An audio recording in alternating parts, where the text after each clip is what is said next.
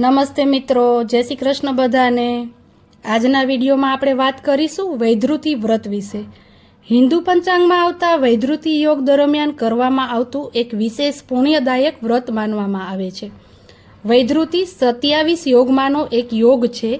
જ્યોતિષશાસ્ત્રમાં તેને સામાન્ય રીતે અશુભ યોગ માનવામાં આવે છે, પરંતુ આ દિવસે વ્રત, જપ, દાન અને ભગવાનની ઉપાસના કરવાથી વિશેષ પુણ્ય પ્રાપ્ત થાય છે।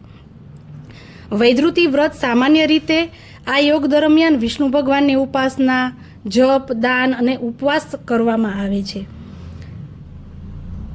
તો સૌપ્રથમ આપણે વૈધૃતિ યોગ છે એ ક્યારે શરૂ થાય છે અને ક્યારે સમાપ્ત થાય છે તેના વિશે જાણીશું। 6 જૂન 2026ના દિવસે સવારે 10:04 વાગ્યે શરૂ થાય છે અને તેની સમાપ્તિ 7 જૂન 2026 સવારે 10 વાગ્યે અને 1 મિનિટે પૂર્ણ થાય છે। વૈધૃતિ વ્રતનું મહત્વ શું છે? પાપોના ક્ષય માટે તેને શુભ માનવામાં આવે છે। ભગવાન વિષ્ણુ અને લક્ષ્મીજીની પૂજા કરવામાં આવે છે। ઉપવાસ, દાન અને જપ કરવાથી સુખ સમૃદ્ધિ મળે છે એવી માન્યતા છે। કષ્ટો અને અવરોધોમાં ઘટાડો થાય છે એવું પુરાણોમાં વર્ણન છે। વ્રત કેવી રીતે કરવું? સવારે સ્નાન કરીને સંકલ્પ લેવો, ભગવાન વિષ્ણુજી અને મહાલક્ષ્મીની પૂજા કરવી, શક્ય હોય તો ઉપવાસ અથવા ફળાહાર કરવો, ઓમ નમો ભગવતે વાસુદેવાય મંત્રનો જાપ, ઓમ નમો નારાયણ, ઓમ શ્રી કૃષ્ણ શરણમ મમ, કૃષ્ણાય વાસુદેવાય હરયે પરમાત્મને, પ્રણતઃ ક્લેશનાશાય ગોવિંદાય નમો નમઃ, અથવા વિષ્ણુ સહસ્ત્ર નામ છે, ગીતાજીનો 15મો અધ્યાય છે વગેરે જે તમને અનુકૂળ હોય તે કોઈ પણ પાઠ, સ્તોત્ર કે મંત્રના જાપ કરવા, ગરીબોને દાન આપવું। વૈધૃતિ વ્રતનું મહાત્મ્ય એટલું બધું છે કે તેનું વર્ણન બ્રહ્મા 7 વર્ષો એટલે કે 100 વર્ષો સુધી કરે પણ તો એનો પાર આવે એમ નથી।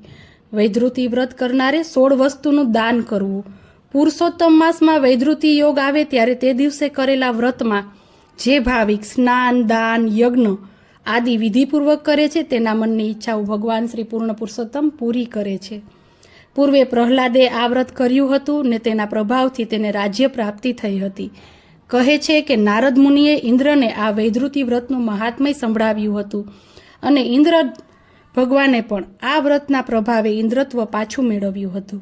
વ્રત કરનારે પવિત્ર થઈ દ્વાદશીના દિવસ દરમિયાન ઘી, દૂધ, સાકર, મધ, શ્રીફળ, તલના લાડુ, પાન, સોપારી ઇત્યાદિ 16 વસ્તુનું દાન કરવું, જેથી સર્વ સુખની પ્રાપ્તિ થાય, શાંતિ થાય અને અંતે વ્રત કરતા મોક્ષનો અધિકારી બને છે।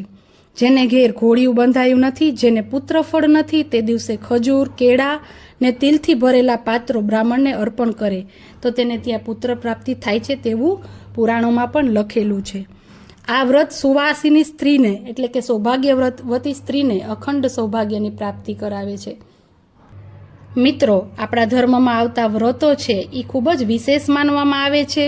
વ્રત શબ્દનો જ અર્થ છે દ્રઢ સંકલ્પ, આત્મનિયંત્રણ અને ભગવાન પ્રત્યેની ભક્તિ।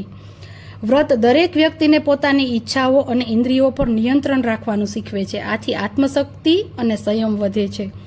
વ્રત દ્વારા ભક્ત ભગવાનનું સ્મરણ, પૂજન, જપ અને ધ્યાન કરે છે, જે આધ્યાત્મિક પ્રગતિમાં મદદરૂપ બને છે। શરીર અને મનની શુદ્ધિ છે એ વ્રત દ્વારા વધુ એકાગ્ર થાય છે। ધર્મ અને સંસ્કૃતિનું જતન પણ આના દ્વારા થાય છે। એકાદશી છે, મહાશિવરાત્રિ છે, નવરાત્રિ છે, તેવા તહેવારો અને તેવા વ્રતોથી આપણું જે ધાર્મિક પરંપરાઓ છે એ જીવંત રહે છે। ઘણા વ્રતોમાં દાન, અન્નદાન એ દરેક વસ્તુઓ દ્વારા આપણે જરૂરિયાતમંદ વ્યક્તિઓ હોય છે તેની જરૂરિયાતો પૂરી કરીએ છીએ, આપણે નિમિત્ત બનીએ છીએ કોઈના સુખનું, પુણ્ય પ્રાપ્તિ થાય છે અને આત્મકલ્યાણ થાય છે। વ્રતનો સાચો હેતુ છે એ માત્ર ભૂખ્યા રહેવાનો નથી, પરંતુ મન અને વાણી અને કર્મથી પવિત્ર બની અને ભગવાનની નજીક જવાનો છે। શ્રદ્ધા, સંયમ અને સદાચાર સાથે કરાયેલ વ્રત હંમેશા સારું ફળ આપે છે। તો બધાને વૈધૃતિ વ્રતની ખૂબ ખૂબ શુભેચ્છાઓ, શુભકામનાઓ। ઈશ્વર સૌનું સારું કરે, સૌનું કલ્યાણ કરે એવી ભાવના સાથે આજનો વિડીયો પૂરો કરું છું। અને મારા વિડીયો જો તમને ગમતા હોય તો મારી ચેનલ સાથે જરૂરથી જોડાજો। જય શ્રી કૃષ્ણ, જય માતાજી, મહાદેવ હર।